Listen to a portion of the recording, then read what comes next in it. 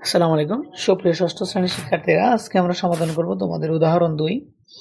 তো এখানে বলা হচ্ছে যে 12 এবং 30 এর গসাগু নির্ণয় করো।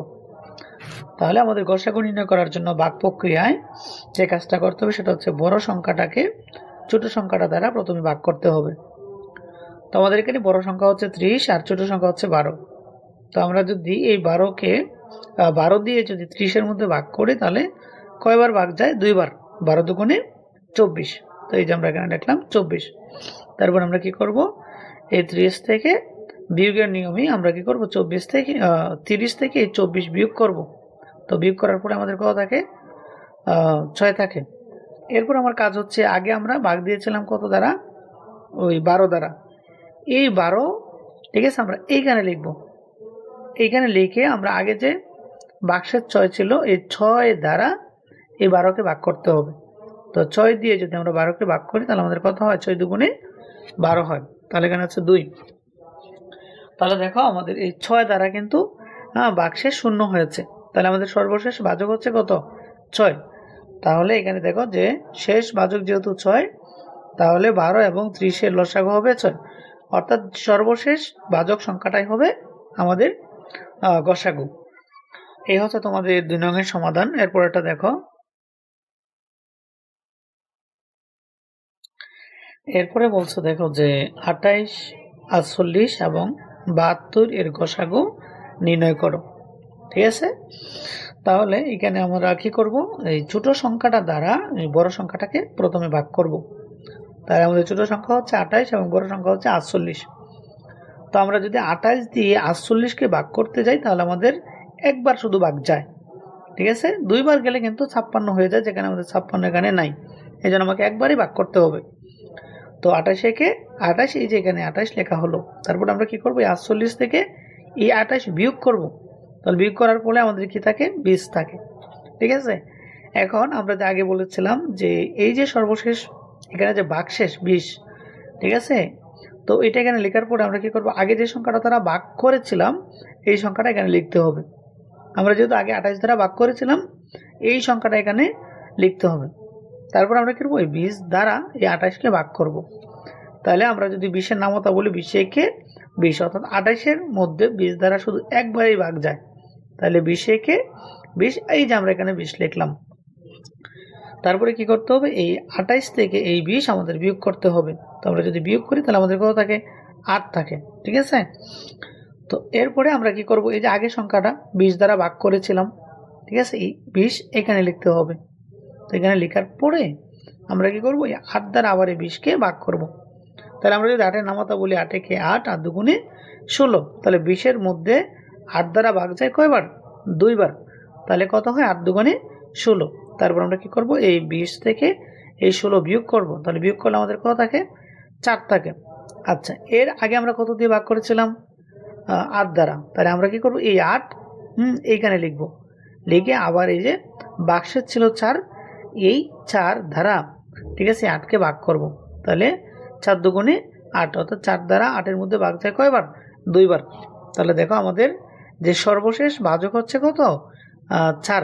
ঠিক আছে, এখন কিন্তু আমাদের এখানে অঙ্ক কিন্তু 3টা, আমরা এই দুইটার সর্বশেষ ভাজক আমরা বের করেছি কত? 4।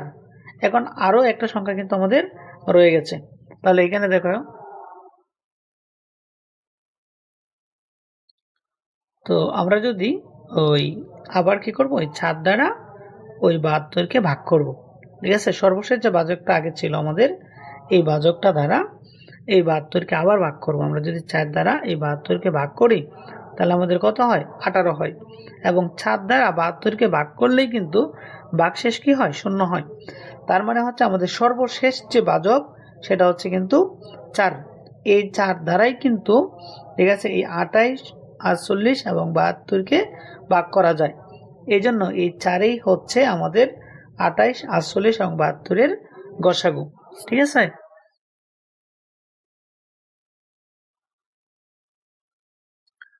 এরপরে আমাদের বের করতে হবে যে ইউক্লিডীয় পদ্ধতি। ঠিক আছে, ইউক্লিডীয় পদ্ধতিতে এই 12, 18, 20, 105-এর লসাগু নির্ণয় করতে হবে।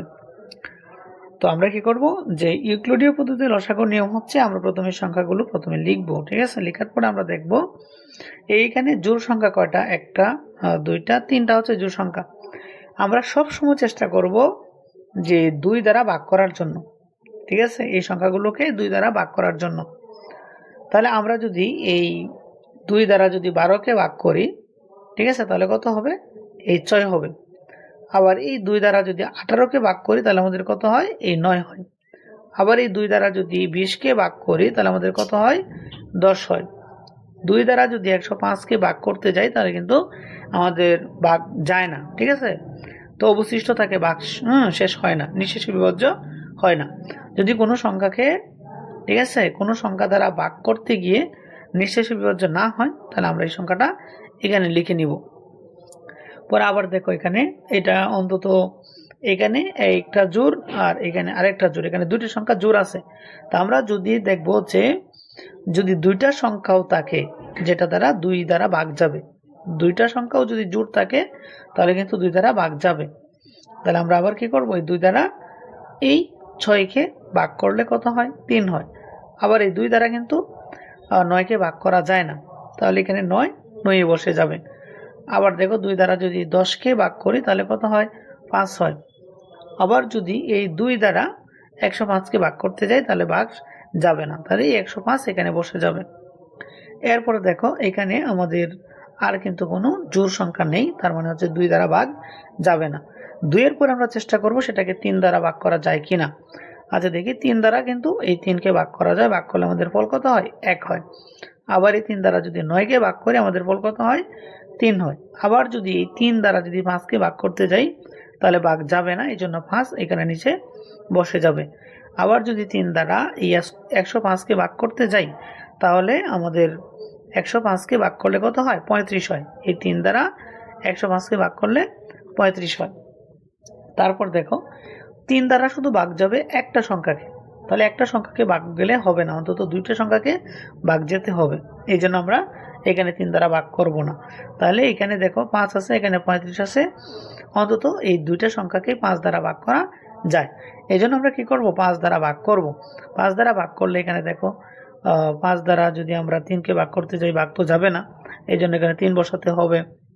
এরপরে দেখো এখানে 5 আছে, এই 5 দ্বারা আমাদের 35কে ভাগ করতে হবে। 35কে ভাগ করলে কত হয়, 7 হয়। ঠিক আছে, এরপরে আমরা কি করব, যে এইখানে 2 আছে, দেখো এখানে এই যে 2 আমরা এখানে 2 লিখলাম। এরপর এই যে 2, এই যে আমরা 2 লিখলাম। এরপরে হচ্ছে 3, এই যে আমরা 3 লিখলাম। এরপরে হচ্ছে 5, এই যে আমরা 5 লিখলাম। এরপর হচ্ছে আমাদের 3, এই যে আমরা 3 লিখলাম। এরপর আমাদের 7, এই যে 7 লিখলাম। 1 লিখতে হবে না, 1 লেখার প্রয়োজন নাই। হ্যাঁ, এগুলো লেখার পরে আমরা কি করব, সবটি সংখ্যা একটার সাথে আরেকটা গুণ করে দিব। ঠিক আছে, তোমাদের হাতে যদি ক্যালকুলেটর থাকে তোমরা একটার পর একটা গুণ করবা, তাহলে গুণ করার পরে তোমরা যে ফলটা পাবা সেটা হচ্ছে 1260। এই 1260ই হচ্ছে 12, 18, 20 এবং 105-এর লসাগু। তো এই হচ্ছে তোমাদের 4 নং এর সমাধান। ধন্যবাদ সবাইকে, আসসালামু আলাইকুম।